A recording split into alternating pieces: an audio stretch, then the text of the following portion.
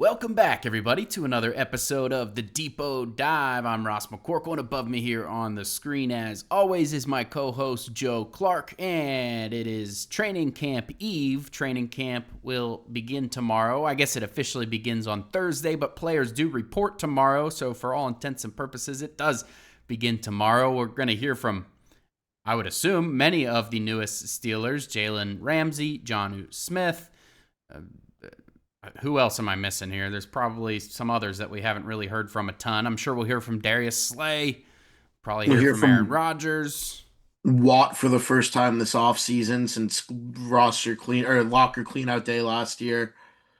Yes, this is not your everyday, report to camp experience. It's going to be pretty busy, I would anticipate, tomorrow with a whole bunch of notable interviews. And I think we might even hear from Minkah Fitzpatrick down with the Dolphins. So that should be interesting. We'll see if he says anything notable there. Today we're going to talk about the Steelers' new throwback jerseys, which they debuted yesterday. Those are 1933 throwbacks. Then we're going to talk about TJ Watt, of course, getting paid, becoming the highest paid non-quarterback in NFL history. At least for the time being, until Micah Parsons get paid. And then we're going to move on to training camp battles and just kind of prime some of what to expect at training camp, some of the top position battles to watch, and the things that interest us the most. Starting with the throwback jerseys. Joe, give me your initial impression. You first saw them. They pop up on your screen. Were they what you expected? Were they a surprise? Do you like them? Do you hate them? Given the whatever limited leaks that we had that came out, I wasn't really that surprised that it was those particular uniforms. When I first saw them, I was just kind of like whatever, they're fine. Um, but the more you look into them and read into them, I think it's pretty cool. It's cool to honor, the 1933 team. The start of the organization and the franchise. So I think it's pretty neat. I mean, it's one game. I'm not gonna go out and buy one of them for myself, but I think they're cool enough. Like I can get behind them. I have a Troy Polamalu Bumblebee jersey, and it's actually one of my favorite jerseys. I haven't bought a jersey in, trying to think when the last one was I even got. I had a pretty bad string of players that ended up exiting the team. I think I had a Devin Bush jersey, terrible decision. Who else did I have? I think I had a James Conner, decent decision. I don't hate that one, but obviously not on the team. And so I kind of stopped buying jerseys, but I might pick up one of these 1933. I like the Pittsburgh patch on it. I will say I'm a big fan of the Bumblebee jerseys, and I do like those a little bit more. I think if you're gonna do the funky pants and the funky colors and patterns and stuff, I prefer to go full funky with the Bumblebee stuff, and even the socks. I know a lot of people don't like those socks, but I am a fan. So I think overall, I prefer the Bumblebees to these new ones, but I will say I was pleasantly surprised. I like them a lot. And yeah, maybe I will have to pick one up. I just don't know which player. Joe, if someone forced you to go and buy a jersey right now, which player would you pick? Current player. Let's not do a legend. Yeah, no, because I usually try to go for the more obscure jerseys I can get, the better. So right now I would probably go for like a Ben Skoranek or like a Carson Bruner or something like that right now. Maybe like Daniel Aquale. That wouldn't be a bad Oh man, option. Somebody like on the bottom of the roster. so we Like got. I don't traditionally buy, at least not for myself. I won't buy, mainstream jerseys like my Robert Spillane and You have a Zach Spillane jersey. Banner were my two most recent, I Oh think, wow. Steelers ones that I have. Hey, that Banner jersey was it's pretty good. Was he 69?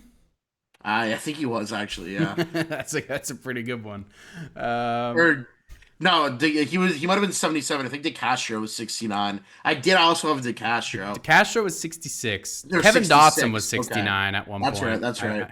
Anyway, uh, yeah, I don't know who I would, because I was telling my wife, I was like, I might want one of these throwback jerseys just because I enjoy having these kind of non-traditional jerseys in my arsenal. And she was like, well, which player? And I really don't know. I'd have to do some thinking on that. My last several choices have been horrendous, so I got to mull that over a bit more.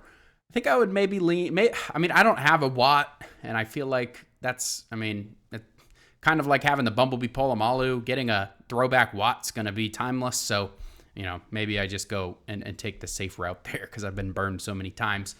I think that's it on the jersey stuff. Let us know. Those of you listening, let us know. Do you like them? Do you hate them? I've seen mixed reactions. I think Cameron Hayward said he gave them a C, so right down the middle, and specifically cited the pants. Said they look like throw up this morning on his podcast. And I kind of like the off-white gold, whatever you'd call those pants.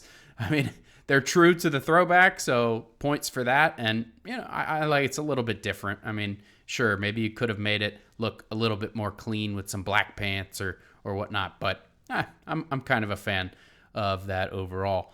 Have you seen any other, just from gauging, I guess, Twitter reactions, does it seem like people are kind of low on them, kind of high on them? I think I've probably seen more positive feedback than negative feedback. I mean, there's definitely been a share negative feedback, but I mean, I haven't seen a ton of reaction, but what little reaction I've seen, I think people just kind of think, they're pretty cool. It's a nice novelty. And I mean, I've seen screenshots of people wanting to buy them. But I haven't seen a ton of, real negative blowback. So I think for the most part, it's generally positive, I would say.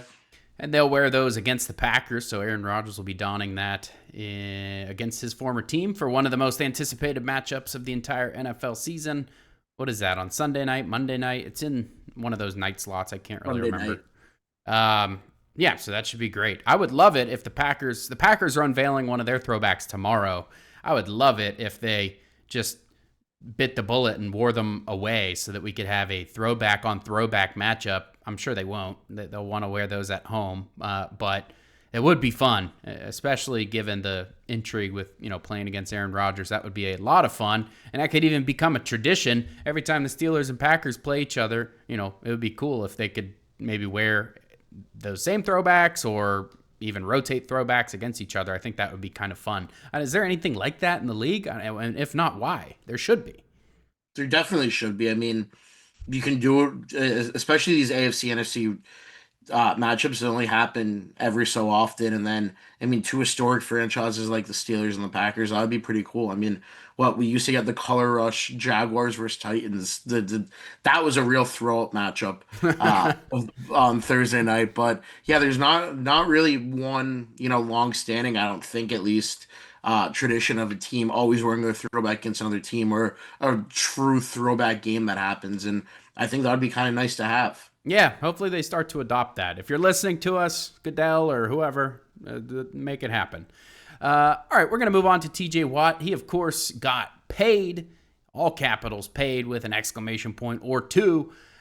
People were wondering if he was going to top Myles Garrett. He did, in fact, top Myles Garrett. Now, if you listen to some of the local insiders, they're playing some numbers games, and they're taking the overall average of his salary over the 4 years of the contract. But of course, when agents and teams are negotiating new deals, they're talking about the new money and kind of the extension that gets tacked onto the contract. And so over the 3 new years on TJ Watt's contract, he's getting $41 million per season, $108 million in guarantees, and that works out to $123 million overall in new money tacked onto that deal. And so Watt is tied to the team through his age 34 season. That will be through, 2028 would be his final year. Those first 3 years, guaranteed. The last year, there's a roster bonus, which will kind of force a decision prior to his last season there. And I would imagine if he's at least performing okay and stays healthy, that'll be a pretty easy thing to pick up. But it does give them some flexibility on that final year. Joe, your initial reaction to this, did you expect him to top Garrett? Are you happy that he topped Garrett? Yeah, I mean, I think I expected him to at that point. Like, if the Steelers waited to get the deal done, Watt wanted to top Garrett. So I'm not surprised at all by that. I mean, I'm glad he does. It's not my money, so it doesn't really affect me. But like, yeah, no, I mean, happy for him. He deserves it.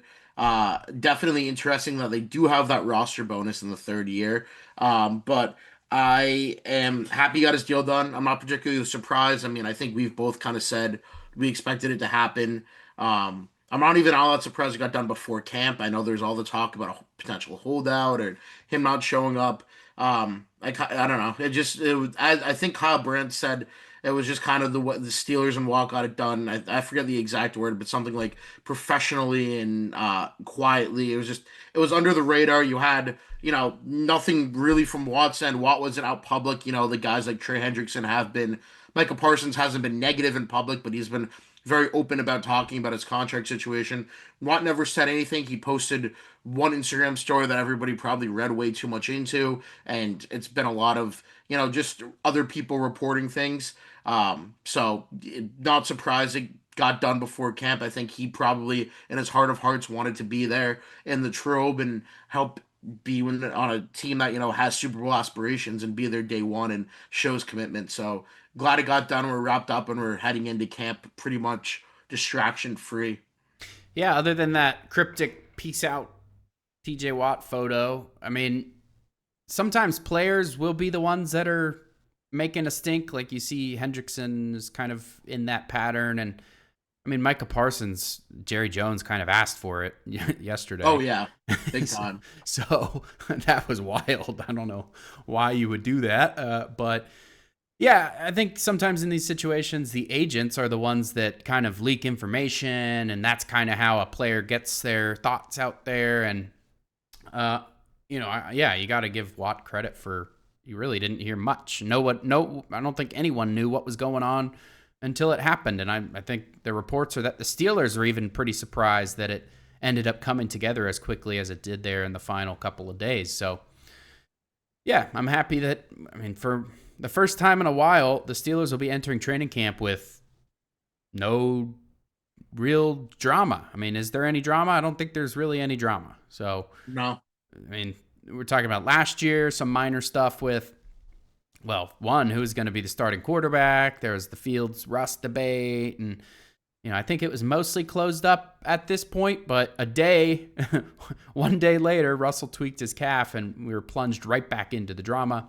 So, of course, something could happen. Knock on wood there for tomorrow. Hopefully, there's no sled pushing tomorrow for Aaron Rodgers. But no contract stuff to talk about. Last year there was the Hayward stuff. Even 2 years ago, you had what, Pickett and Trubisky. I mean, there's been kind of quarterback questions for years now, and so they're entering camp with no drama, just football, and I think that's probably a pretty good place to be. It does look like, I want to note that training camp, we might be at risk of missing some of these days to the public practices. Unfortunately, it looks like there's some scattered storms and some thunderstorms on the forecast, and they move those practices inside when that happens. I don't think we had any rained out last year, or did we 2 years ago?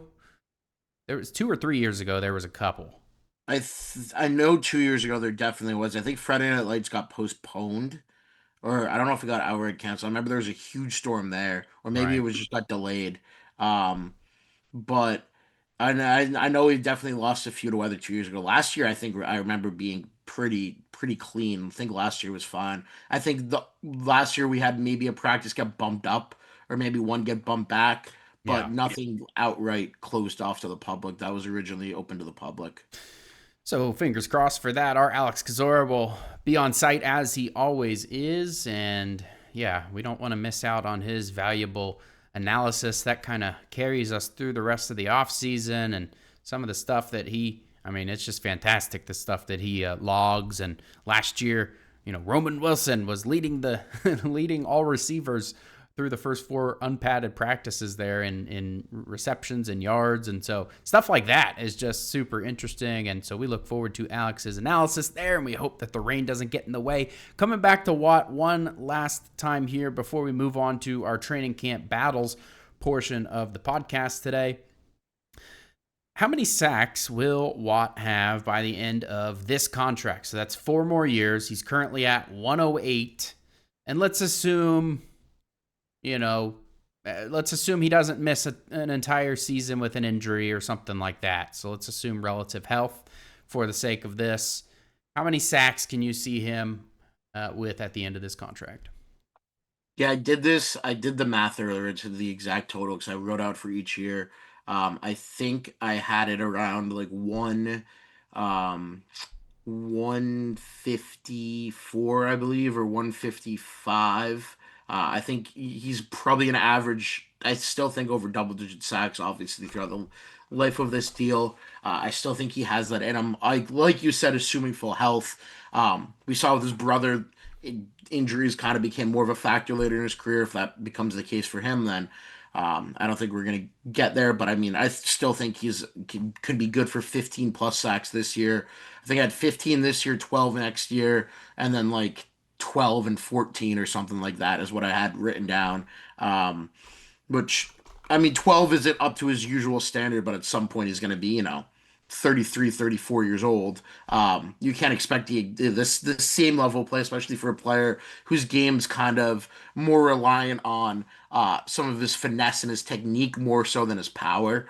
Um, but I do think he's still going to be a productive player throughout the length of the contract, and I do think he's going to get double-digit sacks and probably finish his career within the top, 8, 9 all time on the NFL sack list, or at least So by the end of this contract. yes, by the end of this contract, top 8 or 9 all time would be Suggs at 139. If we're talking the official, Yeah. because there's the unofficial as well. Yep. But if we're talking official, Terrell Suggs at 139, DeMarcus Ware at 138 and a half. So Watt would only need, what is that, 30, basically Yeah. 30 sacks to get there over 4 years. I think we can both agree he's, hopefully with the amount of money they just paid him, he should easily surpass that, I would think. Now, the numbers you just read off to me, 15, 12, 12, 14, would be 53 more sacks. And that would, of course, put him at 161, which would move him into third all time. That would be one above Kevin Green, who's at 160. And so he'd only be behind Bruce Smith and Reggie White in terms of sacks at that point. So I kind of tend to, I mean, Ray Fittipaldo, I think it was yesterday or recently I think he basically guaranteed that Watt is going to get double-digit sacks the entire way through this contract as long as he stays healthy. Of course, that last statement there is a huge that's doing a lot of work in that statement. Obviously, he needs to stay healthy if he wants to get double-digit sacks every year. He's done it every season so far, except for when he tore his pec and his rookie season. He had 7 his rookie season, 5.5 when he tore his pec. And so I think it's reasonable to expect double-digit sacks from him the rest of the way out. I don't think it's like crazy, but I think it is also worth keeping in mind just how special it is that is a reasonable expectation for Watt. I mean, if you look at James Harrison's stats over the course of his career, he only had 3 seasons with double-digit sacks, 2008, 2009, 2010. And so, Watt already has, 6 of them, and we're assuming he could potentially do 4 more of those. So he'd have 10 double-digit sack seasons, 1 over 20. I mean, or do you have, yeah, 1 over 20 at 22 and a half, tying the all-time single-season record. And so, yeah, I think that just speaks to how special a player he is and why he deserves the deal that he got in general. I'll go ahead and throw out that he'll tie Kevin Green by the end of this contract. So 52 more sacks would be the magic number there, which is, what is that per season? I think that is 13. Yes, that's 13 a season. I think that's maybe a little bit high. Last year he finished with 11 and a half, but I think that he's capable of at least one more of those like 17, 18, 19 type of seasons, which should help him the rest of the way, not have to get so high. He could even have a non-double-digit sack season there towards the end and still end up roughly at the number that I threw out there. So let us know if you're watching how many sacks Watt will have at the end of this contract. Will this make him a one-helmet player, Joe? I mean, it's hard to tell right now, but age 34, that's right on that's kind of where Hayward was last year, right? And then he kind of looked for those year by year. It's a 3-year deal he got, but it's more or less a year by year kind of experience for him. So maybe we see something similar. If Watt's flirting with the all-time sack lead, maybe he really pushes things to the limit there. Yeah, it's definitely a possibility. I mean, his brother did hang it up early, and he just had, TJ just had his first kid, so maybe that kind of motivates him. He hasn't scoffed at the notion of retirement before, so it could also be his last contract. But if he is close to that record, then I mean, it's kind of hard to not want to at least give yourself the opportunity to chase that. So definitely a real possibility there. Yes, and I think if Watt wants to be respected above somebody like a Miles Garrett, which it still bugs the crap out of me every time it's brought up, but if he wants to be respected, he needs to make just as we saw when he won Defensive Player of the Year and he tied the single season record. I think he needs to basically end up with the most sacks of all time, or he's never going to get that Miles Garrett kind of better than him monkey off his back, if you will. So that's a lot of sacks. That's 92 more sacks for Watt, but I will not doubt him until he gives me a reason to. And right now, I don't think it's impossible. I think crazier things have happened there. So, all right, we'll move on to our training camp battles. This one, obviously, we're starting tomorrow with the report day. Thursday will be the first unpadded practice. There's, what, 4 of those? And then it'll be the first padded practice. What would that be on? Thursday, Friday, Saturday, Sunday? They have Monday Tuesday. off, so it'd be Tuesday. Yes. So Tuesday, the first padded practice. And so there's obviously going to be some positions to watch. Joe, I'll let you start. What is your most anticipated matchup or battle, if it's roster battle or position battle, wherever you want to start? I mean, I think it's something that you wrote about the other day. I think the DBs have to be, I mean, at least the most intriguing. And I'll let you expand on that more too, because you did a really good job writing up the whole Beanie Bishop conundrum the other day as well. But as far as players who are going to make the roster, I think it is really interesting that Cordero Patterson still remains on this roster because there's really no reason for him to be unless the team likes him to at least make it as a returner or some capacity. But I think the by and large assumption is that the Steelers have 3 running backs ahead of him and 3 running backs who should make the roster ahead of him. So why is he on this roster? And if he makes the roster, then who gets left off? So what they do with Cordell Patterson is intriguing to me. Same goes for Connor Hayward. They acquired Jonnu Smith. Connor Hayward, good special teamer, but doesn't really have a lot of value in this offense. Right now, he's probably their 4th tight end. They're deep at a lot of other positions. Would you keep Connor Hayward over keeping, an additional safety or an additional cornerback or maybe even additional wide receiver? Which then brings me to what I think is probably going to be the final wide receiver battle is Scotty Miller versus Ben Skowronek. Skowronek has special teams value. Scotty Miller has more value probably as a deep threat receiver with his speed, but Skowronek's also a more skilled blocker in the run game. I think the Steelers like Skowronek a lot. I think I would give the upper hand to Skowronek, but I've seen some people speculate that Miller, has a chance to make the roster, and he flashed at times last year. He wasn't, wasn't a complete waste of a roster spot when he was on it. So I do think that'll be interesting if Miller can make some plays and maybe kind of push himself above Skowronek. But of course, the Steelers will need to find somebody to replace Skowronek's special teams value there. So I think it's got a lot more of an uphill battle for Miller, but that is a matchup that I am kind of intrigued to see how that pans out.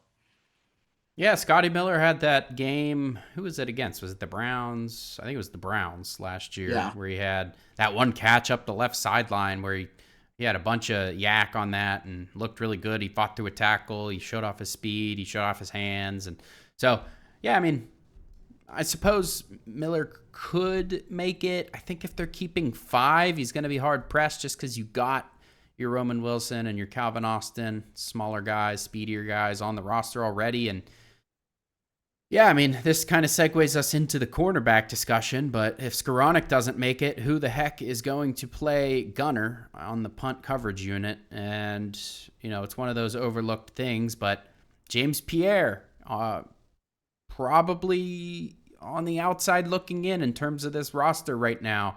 And if he's not going to make it as a gunner and Skowronek somehow gets edged out, then you have 2 gunner spots to fill at that point. And so I would say one of either Skowronek or Pierre is going to make it.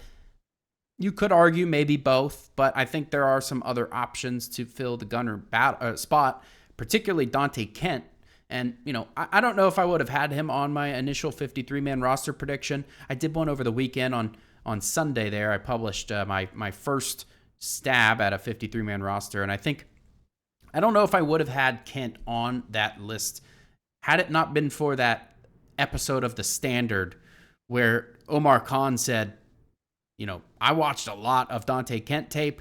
I'm kind of paraphrasing here, but he said, I watched a ton of his tape in the process, pre-draft process, and we loved what we saw not only on defense but on special teams. And I think he said, we expect him to help us sooner rather than later. And so to me, that tells me they're going to give him every opportunity to win that gunner spot. And if he's winning that gunner spot, this kind of plunges us into the conversation about the defensive backs in general. But the Steelers have kept 10 defensive backs on the roster almost every season over the last 6 or 7 years. They had 1 year, I think it was I can't remember which, 2019 and 2020, I think were the two oddballs. One of the years they had 9, one of the years they had 11 defensive backs. But even when they had 11 defensive backs, that was 6 corners, 5 safeties. They haven't, at least as far back as I was able to track, kept 7 corners. And so if you start to do the math, you have your Jalen Ramsey, you have your Joey Porter Jr., Darius Slay, those 3 absolute locks. I got some pushback on this, but I would probably label Corey Trice as, I would be shocked if he didn't make the roster. Joe, am I off base there? No, I don't think so. It seems like the Steelers really like him. It seems like they've kind of kept him through the injury stuff. And, I think he showed some good stuff at the end of last season, even when he got torched by Jamar Chase. Just the fact that they put him up against him tells you something. And so I think Trice, probably safe. Brandon Eccles, this is a guy they gave 2-year, $6 million deal to, and this is a guy with meaningful experience in the NFL, both in the slot and out wide. I don't think you can cut a Brandon Eccles, and so we're already to 5 corners through those first 5 that I named, which brings you down to, among some other guys that are on the 90-man roster, it brings you down to James Pierre, who we talked about, gunner, outside corner backup. It brings you down to Beanie Bishop, who is slot. He played on special teams. I don't want to make it out like he didn't play on special teams, but gunner is not really his bag, or at least it hasn't been. And then Dante Kent. And this is a guy who played extensive slot in college. This is a guy that played extensive gunner in college. And so if you start to do the math, you've got Pierre as an outside corner and a gunner.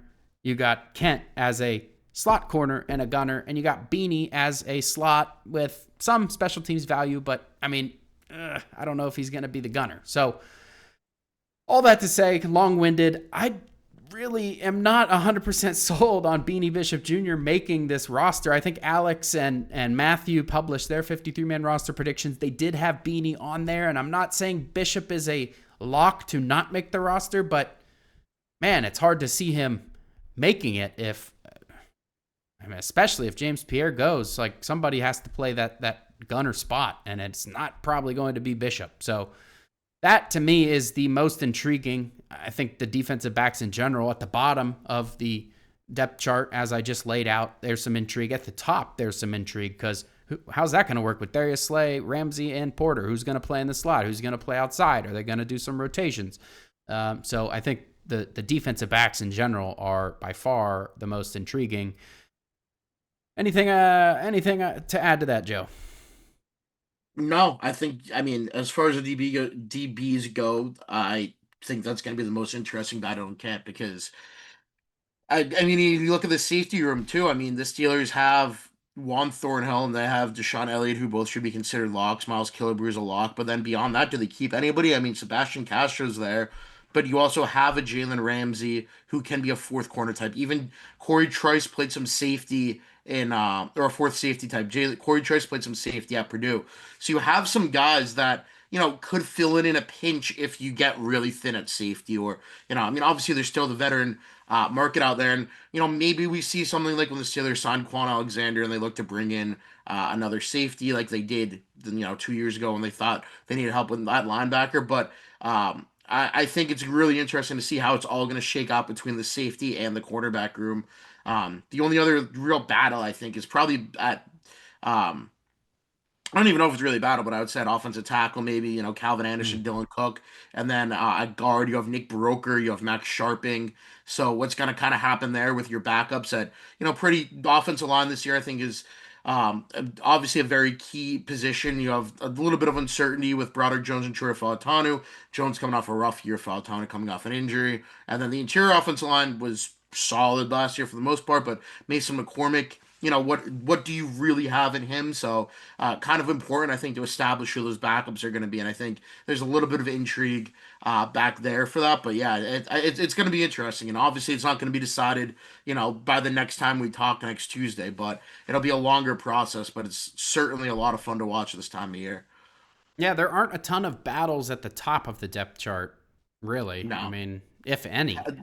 Maybe wide receiver too, if you want to say that maybe Roman Wilson could really compete, or even a Robert Woods could be the wide receiver too, over Calvin Austin. But I think right now that's pretty much Calvin Austin's job to lose. And he's been putting in a lot of work. It seems. I've been following him on Instagram. He's always looking for people to work out with in Memphis, looking for DBs and receivers and quarterbacks. So I think Calvin Austin's very motivated to come and win that number two receiver job. Yeah, Mark Cabali predicted, going back to our discussion last week about guessing players' stat lines, Mark Cabali threw out a wild, what was it, 70 receptions, 900 yards for Calvin Austin. I think he since said he maybe was a little overzealous there on Twitter. He kind of set the record straight. But, I mean, gosh, if he's even in the ballpark of 70 receptions or 900 yards, I mean, I think that's literally exactly what I had for DK Metcalf. Maybe gave him a few more yards than that. But that would be a crazy stat line for Calvin Austin. That probably means the Steelers have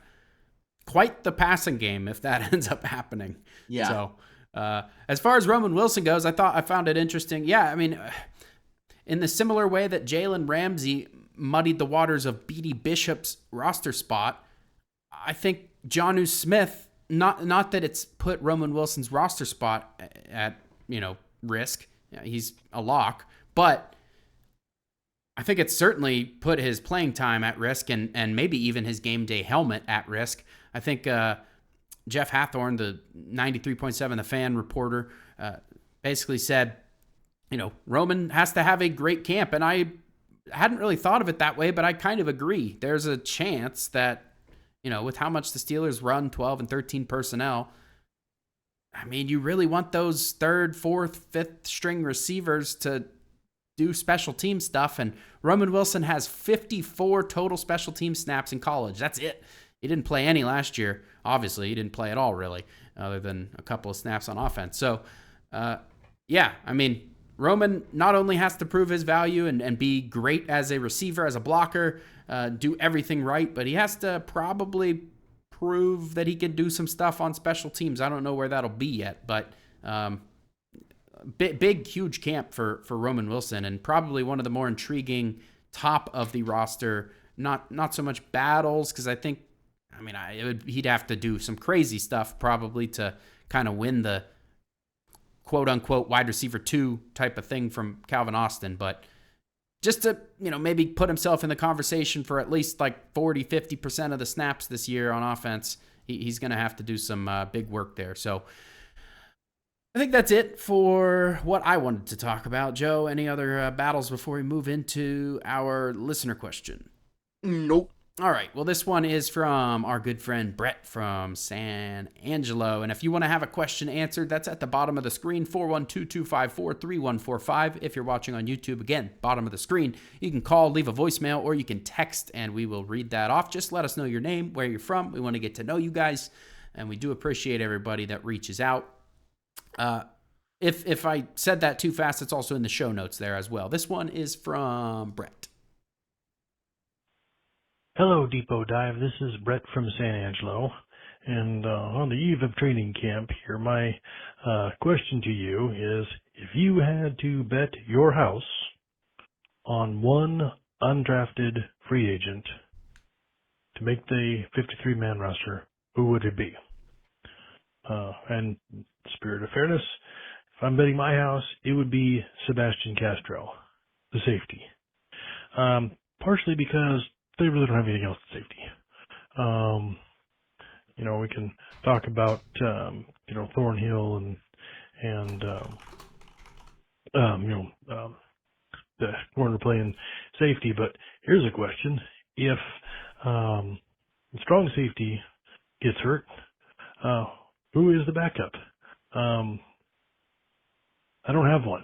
So anyway, that's my thinking, is that the easiest path for Castro would be basically as backup strong safety and special teams. Love to hear your answer, and talk to y'all later. All right, Brett, thank you for the question as always. And this one's a two-parter. First of all, if you had to bet your house on a undrafted free agent to make the roster, who would that be? I agree. It has to be Sebastian Castro, especially if we're betting my house. I mean, he's the safest just because of what's there at safety. I think safety is probably the most likely position to be added to. And if they do bring in a Simmons, then yeah, Castro's probably on the outside looking in. So I don't know if this year there is a real bet the house kind of undrafted free agent. Now, Brett, if I was betting your house, I would maybe bet on Rock Taylor. I really like Rock Taylor. I don't know how he would fit. They'd have to probably keep 6 receivers for that to work. But I do like what I saw when I watched his tape back when they signed him. He's a guy, he's more of a one-trick kind of guy, a deep ball kind of guy, but man, he does that one trick well.